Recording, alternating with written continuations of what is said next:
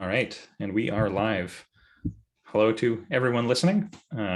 This is the fourth episode, I believe, of my podcast, where I invite people to discuss topics at the intersection of Buddhism, meditation, science, and how all of that intersects in contemporary practitioners' lives, I suppose. And my guest today is Khenpo Dean. And maybe just you could introduce yourself in a few words. Who are you? What do you do? And then we'll get into a little bit of your bio, if that's okay. Okay. Yes. Yeah. My birth name is Dean Peelstick, and I was given the title of Khenpo, but I am a yogi practitioner. I have not gone through the college system, the Buddhist college system that normally is a part of achieving that title. So I sometimes refer to myself as Yogi Khenpo, so as to recognize the fact that I received it in a different way than is normally done. In fact, one yogi told me that, or Lama told me that I'm probably the only person in the whole world that has had that title in that way. But I'm not big on titles. I was a professor most of my life, and so people call me Dr. Peelstick or whatever, and I would just say that, or they'd ask, "What shall I call you?" And I said, "Well, you can call me Dr. Peelstick, or you can call me Professor Peelstick, or you can just call me Dean." And I'm kind of the same way. I'm not locked into titles. It's just a title. But so that's a little bit of who I am. As I said, worked as a professor. I had a career also as a manager in different times, mostly in higher education. But then I went back to teaching again and retired a few years ago. And so I'm a full-time Buddhist now, you might say. Although my understanding, and we'll get into this a bit, is that throughout all of that time of your life when you were, pursuing a career as well, that I imagine you were practicing quite diligently to have, in a non-traditional way, be granted the title of Khenpo. So maybe that's a good transition into a little bit of your bio. Where were you born, etc. Where was I born? I was born in McMinnville, Oregon. My dad was going to college at Linfield College there, a private school in Oregon after World War II. And so I was born there, and then we moved to Idaho, where I was raised, and went to Idaho State University. My first 2 years transferred to Oregon State University.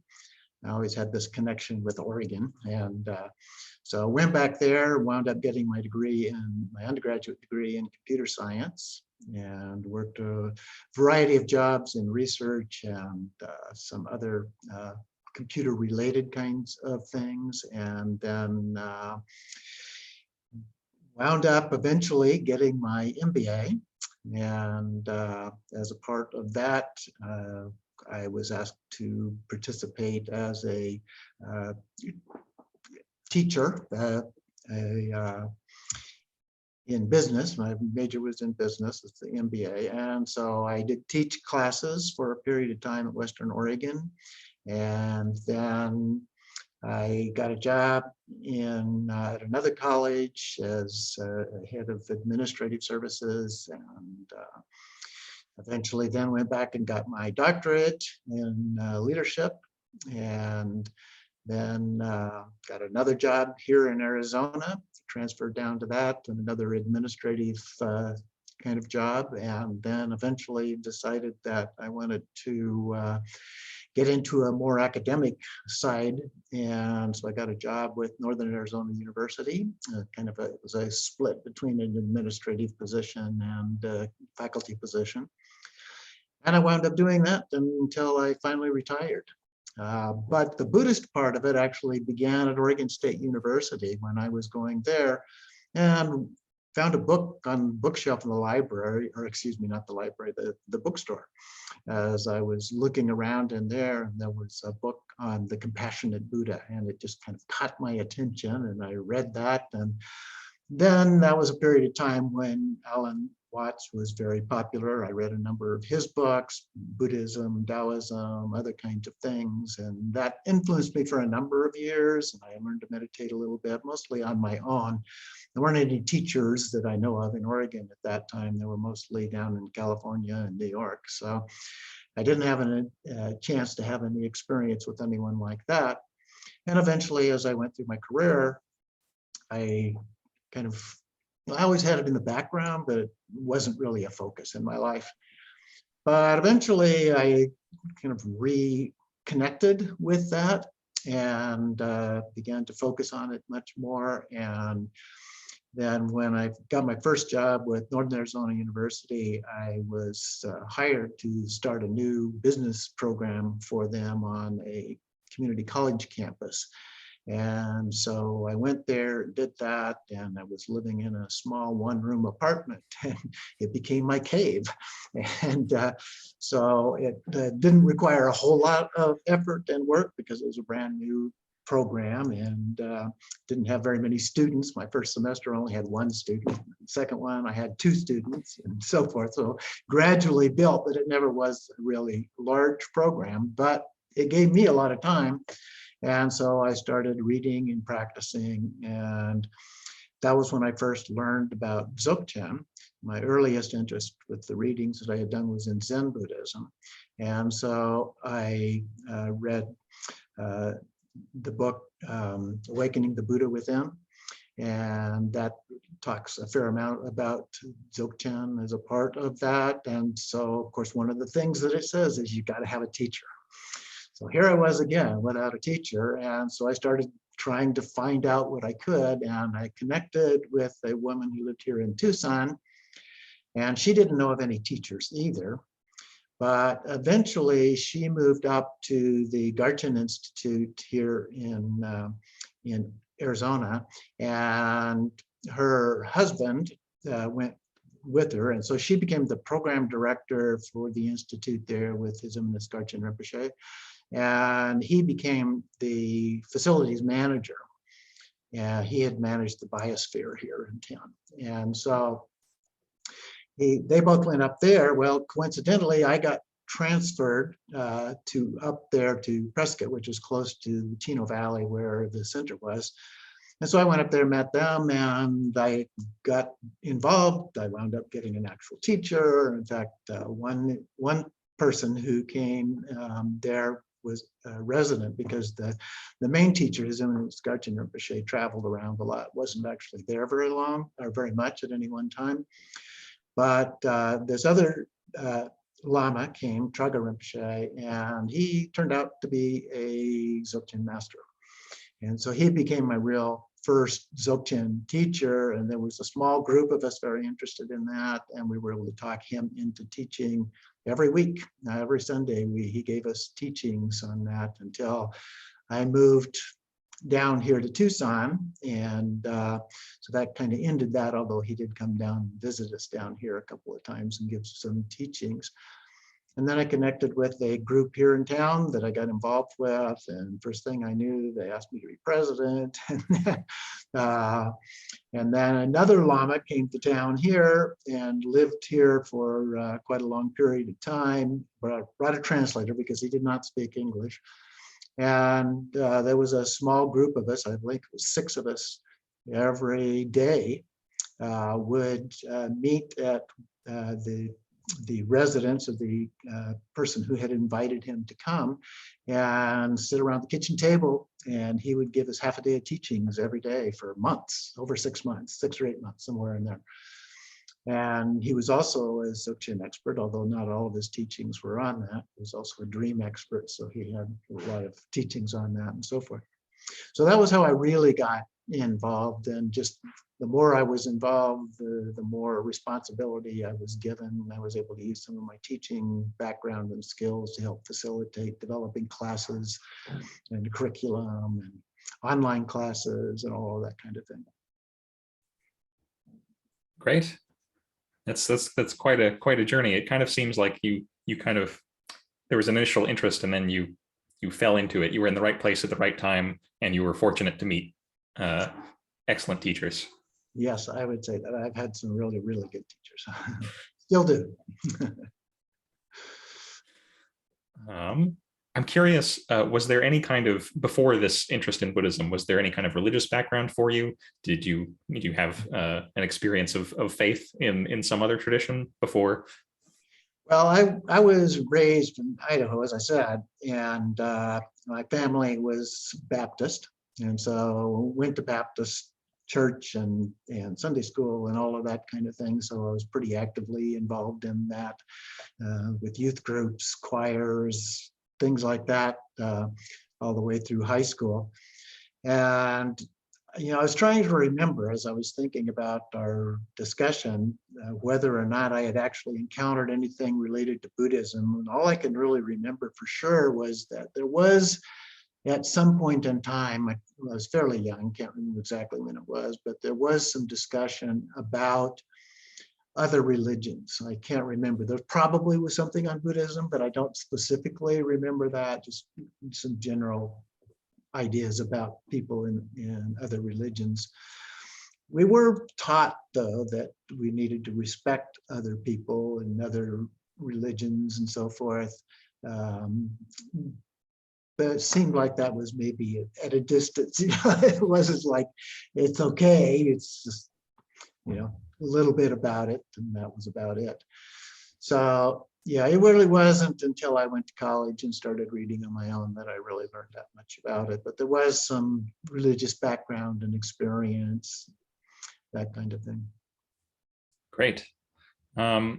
Maybe now we can shift to, for those listeners who maybe aren't so familiar with the Buddhist landscape, you've mentioned several terms, Dzogchen, that's part of the Nyingma lineage. Maybe you could just give a brief primer. What kind of Buddhism did you get involved with?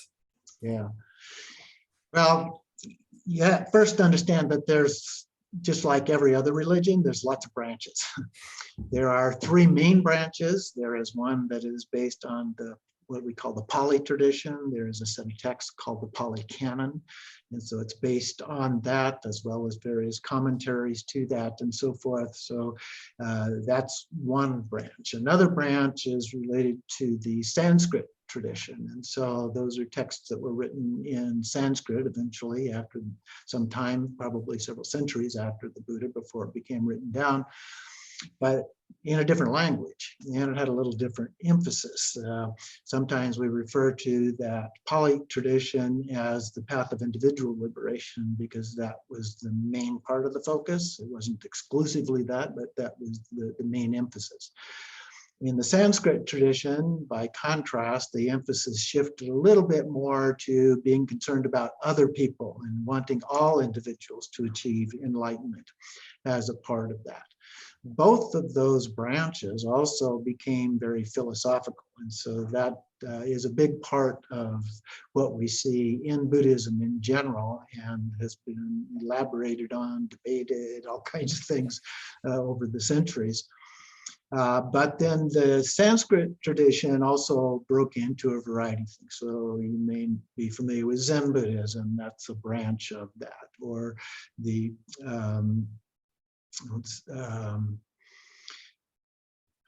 forgetting the names of some of these. There's a bunch of them. If you go on Wikipedia, you can find a long list of all of the different branches of that. And one of those then, sometimes referred to as the third branch, but although it's still a branch off of that Sanskrit tradition, is Tibetan Buddhism, or Vajrayana.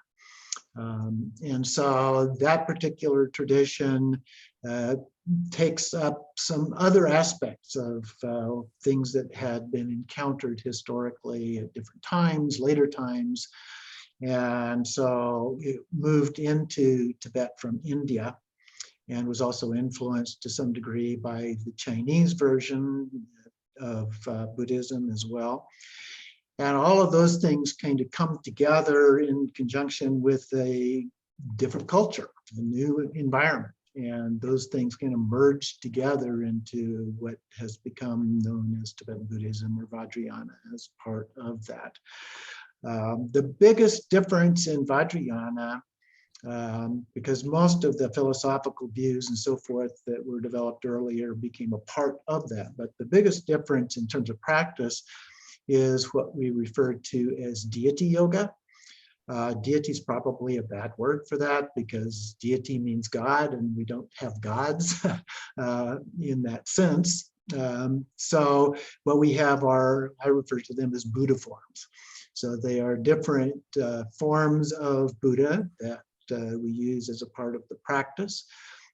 I describe it as role play because you do the meditation, you imagine that you are that particular Buddha, and there's a description of the Buddha in terms of what it looks like, in terms of its characteristics and so forth. And you imagine yourself to be that Buddha. And then we often recite mantras as a part of that. And then we go into just a meditation where you dissolve all of that into the experience of emptiness, if you will. And then we come back out of that. And we imagine again that we are that particular being. And then when it's time to get up off of the cushion, the ideal is that you keep imagining that you are that. I tell my students that it's not about being a great meditator, it's about applying that in your life. And so applying those principles, whether it's loving kindness, compassion, altruism, those core parts of what Buddhism is all about, is a very important part of that. Ethics, all of those kind of things. I think I can't remember if you wrote this somewhere or I heard it somewhere else. Deity yoga is kind of fake it till you make it, till Buddhahood. That's yeah, I know I've said that one more than once. Anyway, yeah. There is that aspect to it, but from point of view of psychology, role play is very important, and they use a lot of that kind of thing, like professional athletes, for example, will imagine doing the whatever the sport is that they are doing. So they're running a race, they imagine the race and going through that, or they're playing basketball and they imagine exactly what it's like to do that and hit the shots and so forth. And it's been very effective. A lot of teams actually have professional psychologists that they work with for those kind of principles. And it applies to Buddhism too. You imagine yourself as a perfectly wise and perfectly loving being, you may find yourself being a little more wise, a little more loving. That's right. That's exactly right. Great. And one further branch, branching off of this sub-branch, the Dzogchen lineage, yes, which has been your main emphasis, as I understand. My main focus, yes. It's a part of the Vajrayana, and it's a part of the process of doing deity yoga. But at that point in time, for the most part, there's still part of it that carries on over into Dzogchen. Dzogchen means great perfection, generally. There's some slightly different variations in how people translate that, but that's the most common one. And so the idea is that that's kind of the highest pinnacle, if you will, of the practice. And it's a different kind of practice, a little bit hard to describe in some ways because it uses different terminology. And then we back up just a little bit. It might help in that Tantra in general, or the Vajrayana approach to things, is sometimes referred to as the path of transformation. And so the whole idea of an approach to it is transforming our ordinary view of the world into a different view of the world, a Buddhist view of the world as described by the historical Buddha for the most part. It became modified somewhat over time, but basically it fits with the view that he had at that time, as best we know that from a historical perspective. And so part of what we're doing is trying to transform our view. And so that involves understanding some basic philosophy as a part of that. And there are different philosophical views. One of the major ones, which is another one of those terms that I don't like very well, but it's emptiness.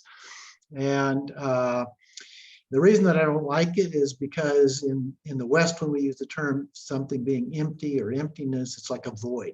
It's like I have this glass, and this glass is totally empty. There's nothing in the glass.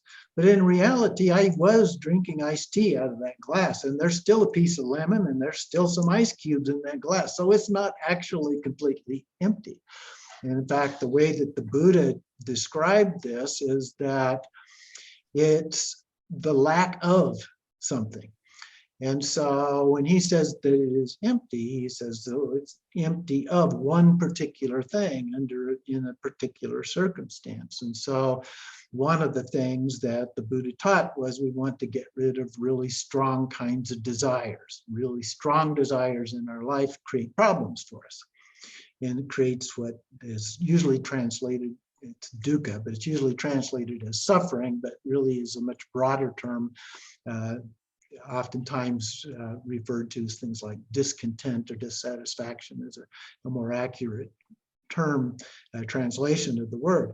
And so the idea is that what we're trying to do is deal with, there's lots of lists. When I first started Buddhism, I called it religion by numbers because there are all of these lists of things. And so there are lots of lists of these things that create problems in our lives that we're trying to overcome. But one of those is this idea of strong desire, strong attachments to different kinds of things. Well, if we no longer have those, then we are empty of that strong attachment. And so that's the way that the Buddha used the idea, or strong aversion. So we're empty of those aversions. So when we become empty of those kind of things, that's the way that he describes it when we talk about emptiness. But as Buddhism became more philosophical in its approach, the term emptiness became used in a somewhat different way. One that can be beneficial, but it can also be problematic in terms of trying to understand it. I think the easiest way to understand it is in the context of looking at it as in terms of meditation. So like I was saying, when you do a deity yoga type of a practice, that you let that go into emptiness. And that's an experience of emptiness. It just, you've let all those other things go. The thoughts are gone, the desires are gone, the aversions are gone, all of those kind of things are gone. So you're empty of those things. But the body's still here. And that was one of the things that the Buddha said, but there is this body. So it's not like everything becomes just a total void. And sometimes in English, unfortunately, that confuses people what's actually being described there. But that's a big part of the Dzogchen tradition. There's three main parts of the Dzogchen tradition as a practice. There's a preliminary practice, which is a series of specific things that you go through to help set you up for the transition from the Vajrayana deity yoga forms of practice to looking at it in a somewhat different way. And then there's one called Trekcho, and there's one called Togao. The Trekcho one is a form of just a direct meditation without a focus on anything at all, just resting in a natural state. There's different ways that masters go about talking about it and describing it. They give a lot of teachings on it, but then it kind of boils down to just that heart essence, if you will. We sometimes refer to it as our Buddha nature, and that everybody has this Buddha nature inherently within them. But one of my favorite metaphors that's sometimes used to describe it, it's like an old man in a park watching children at play. You know, you're not thinking about it, you're just sitting there enjoying watching the kids play. And it's a little bit like that.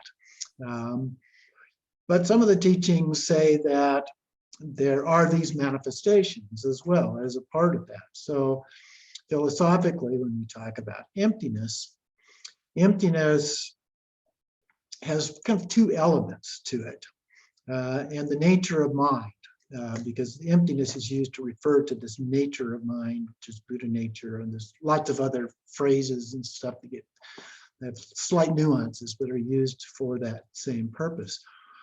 So one of the things I talk about, is one of them that's used particularly in Dzogchen, is the idea of awareness. And there's a word, Rigpa, which is usually translated as pure awareness. So pure awareness is the ability to be aware. So if we have the ability to be aware, then we can become aware of. That's the other part. So become aware of things. I can see something, I can hear something, and so forth. Become aware of those things. But if I don't have the ability to be aware of, it doesn't matter what's out there. I can't become aware of anything. Flip side's also true. If I have the ability to be aware, but there's nothing out there to be aware of, I'm not going to be aware of anything either. In both of those cases, all that's left is just a total blank. So it requires both of those. They have to integrate together as one. We call it one taste as a part of that. And so there's an integration between that kind of innate ability and our experience of the world and how we view our experience of the world. So if my understanding from what I've read and little teaching I've received on this matter is if it's gotten in here, Rigpa refers to the capacity to cognize, to perceive, Exactly. but it still requires some kind of object. However, if Rigpa is recognized, there isn't actually a distinction between a subject and an object in that moment of recognition. Though that's the one taste you're referring to. Right. And so then the practice becomes not trying to sit in just this void, if you will, of emptiness, but rather it's just whatever comes up, you recognize it for what it actually is. And this integration between the two parts as a part of that, but also just that, okay, I'm seeing something, yeah, I hear a sound, but not engaging with it, just recognizing what's going on in your mind at the time. Great. Forgive me, I'm going to look at my notes to see where we might go next. Already covered a lot of ground. So we've talked about how practice kind of in this graded way can reveal the emptiness of experience. And maybe we could say something a bit about how perceiving the world, adopting this view, having this view, embodying this view is liberating. Why, if there's, if this Rigpa is recognized and, is embodied, more and more, it becomes a feature of one's life. How does that actually impact one's experience of suffering? You've got this lovely image of the mind just observing like children at play. How would that feature in an unpleasant experience? Well, I think in a way we have to go back to the beginning a little bit. Why did the Buddha do this in the first place? And what was it he was trying to achieve? And so, like I said, there are various lists, so we won't get into that because that could take us forever. But one of the things that he referred to was a list of three particular things, which has become known as the three poisons, but it was a little bit more specific than that initially. So what he looked at is he tried to identify, well, maybe I need to back up just a little bit more than that in case there are some people who aren't familiar at all with the background of the Buddha, and that is that he was born as a prince, is the legend anyway, and that he became very dissatisfied with all of the things. He had everything that he ever could possibly want, materially speaking, and yet he was very dissatisfied with that. And so he left to the chagrin of his parents, and he became and practiced an extreme form of asceticism, which was a popular form of practice at that time. So he went from one extreme to another extreme of this extreme asceticism, of severe fasting and bodily mortification and all of those kind of things. And he almost died from it and decided that, okay, this isn't working either. Let's find something else. He went off on his own. He sat under the Bodhi tree, and eventually from that experience, he came up with a different idea, what he referred to as the middle way. And so the goal then was to overcome these sources of suffering, which are these two extremes in particular. and the cause of those two extremes, which he refers to as our own fundamental ignorance of the way things really are. Okay, so that's what's important to understand in terms of how do we get to and why we go to where we're trying to get to. It's trying to overcome those things so that we are satisfied with the way things are in our life. And so these practices, and there's lots of different practices in Buddhism, and not all practices are appropriate for everyone.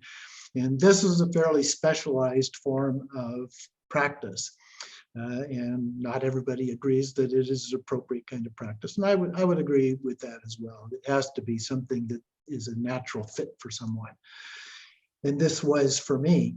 And so what we're looking at are how do we overcome, just keep it narrowly focused in terms of that basic idea of ignorance, the attachment and aversion aspects of things. So we're trying to be liberated from those. So what happens is that the cause of those things is this idea of this fundamental ignorance. The fundamental ignorance is that we don't understand the way things really are. We think things are real as they appear to us. Nipam talks about the difference between the way things appear and the way things are. And that's the way Buddhism generally looks at this. And so what we're trying to do is identify the way things are. We all know what it appears like, but what is it? One of the examples, a metaphor that I give in science is that, I look at this, I see a picture out here, and I think, yeah, I see this picture. Is that really what's going on from a scientific point of view? Well, no. Actually, it's not. First of all, there are atoms. It's made up of atoms, and I cannot see atoms at all, okay? So that's a delusion. I can't see what I think I see. Furthermore, what's actually coming to my eye is not color, it's photons, these little photons wiggling along at different frequencies that strike the retina of my eye that create an electrochemical signal that goes to my brain, particularly to the occipital lobe, but also to other parts of the brain, and it creates this image. The image I am seeing is actually going on in my brain. We refer to it as our mind, as an experience of the brain, it's mind. The question that comes up in terms of Buddhism is whether or not that is independent of the brain, just has a connection to it, or whether it's actually a function of the brain. It doesn't really matter for our purposes. So what we're looking at is that just being one example. We could say the same thing about all of the other senses, hearing, smelling, tasting, touching as well. In Buddhism, we have a sixth sense, which is mind. So things like thoughts and feelings and so forth are a part of that, memories. All of those are considered to be sensory experiences. But none of those happen the way that we think they actually are happening, and we interpret them, we give them labels, and we say, oh, that's a picture, or oh, that's red, or this is green, or other kind of things. And oh, I like this one, but I don't like that one. And that begins to get stronger and stronger. And the more we get there, that dislike becomes hatred. That like becomes craving and greed and so forth. And so what the Buddha talked about was these extremes. And so the middle way is between those extremes. And he didn't spell out too much exactly what he intended in terms of the middle way, but the extremes are pretty extreme in some of the teachings that he gave. So that's what we're trying to overcome. And so by doing this practice, there are no extremes. It's just whatever is. And when you do that, what happens is your mind begins to kind of collapse inward in that middle way. And so we just rest in that middle way, and we're no longer bothered by those things. Okay? Now that is open to criticism, because there are those who say, well, but wait a minute, there's stuff going on that we need to do something about. There are people who are suffering in other kind of ways, and we need to do something about those. How about COVID, for example? We need to provide vaccines or protection or masks or other kind of things to protect people from that, or the war that's going on right now. So all of those things are valid things. We need to think about that. Altruism is another very important principle. It's one that we don't talk about as much in Dzogchen, but one of the reasons that I teach the way that I do of going through this sequence is that provides the foundation. You have to really understand the basics, the foundational things, because it's assumed that you already know those, that you already embody this idea of altruism, of loving kindness, compassion, and so forth when you get to Dzogchen, because Dzogchen doesn't really teach much about that, because you're supposed to already know that. You're supposed to already have that kind of an experience. But some people want to just dive right in, and some teachers, not very many, but there are some teachers that have taught in that way as well.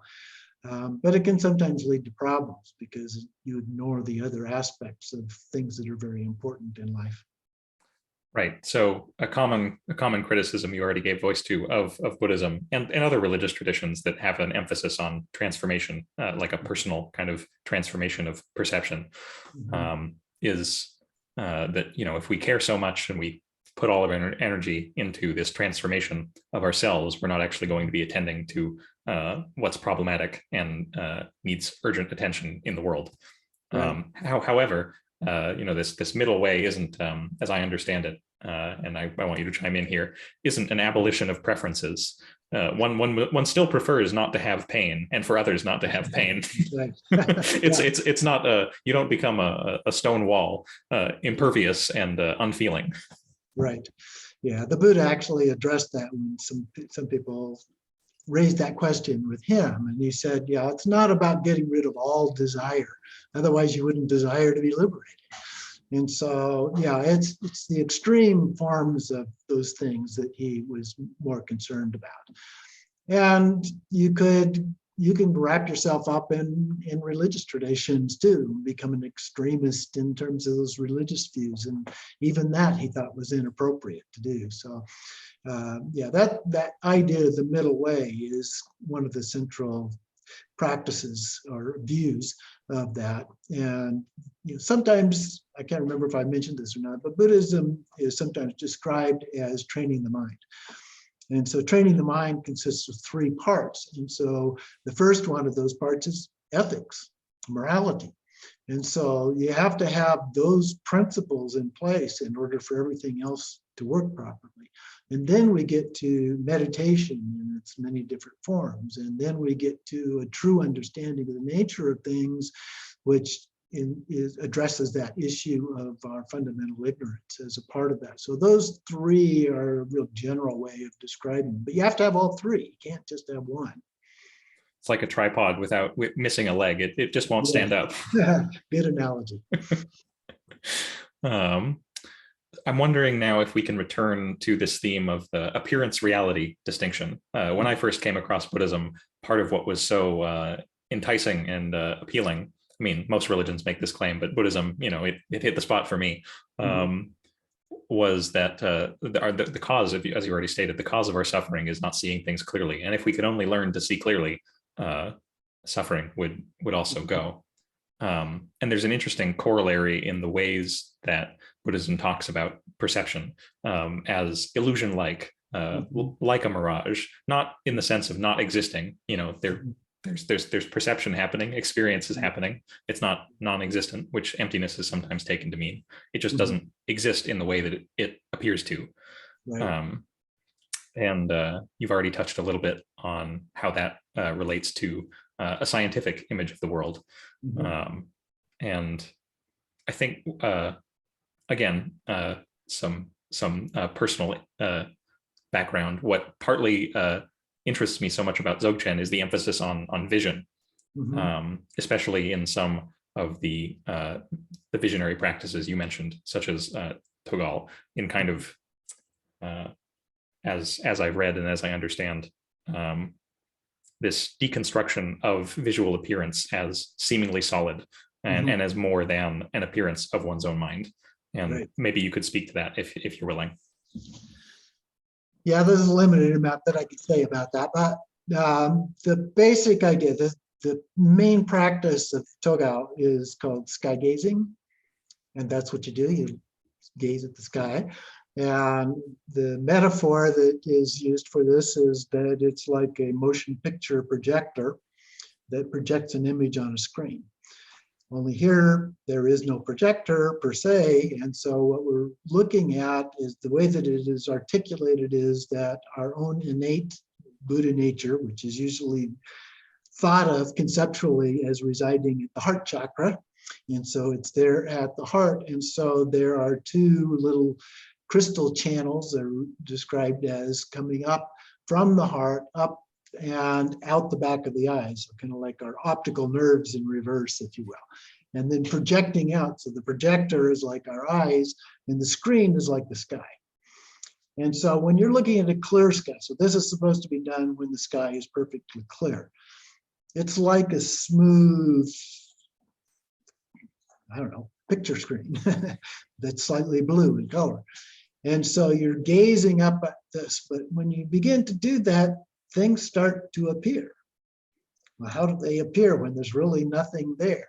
Okay, what it's pointing out is that appearances have something to do with things beyond our taking things from the outside in. We can also project things outside. And what we're getting to with that is what I was talking about before, eventually, is understanding that actually all appearances that appear to us as being coming in from the outside are being experienced inside. Okay, we think of them as being outside, and of course there are things out there, we're not denying that, but the experience itself is inside. And so that's what allows us to understand those things as being outside as a part of that. So one of the key parts of this part of the tradition has to do with the idea of light, that everything is light. And particularly from the point of view of seeing, that's literally true. Everything we see is light. And even though it appears in many different forms and so forth, all these color shapes and sizes and all of those kind of things, but it's still an experience of light. Excellent. Just to say a little bit more on the subject, this kind of view of one's experience as an internally generated projection, or a kind of there are different terms and different theories, but like a generative predictive model that the organism has fashioned over evolution to help it adaptively engage with its environment in real time as the model adjusts. It's an internally generated representation that has a lot of glitches and artifacts. Yes, if you know where to look. Yeah, and we don't have to know what all the glitches and artifacts are as a part of that, as long as we understand the general principle, at least from the Buddhist view of all of this. We'll let the scientists work out all the artifact parts.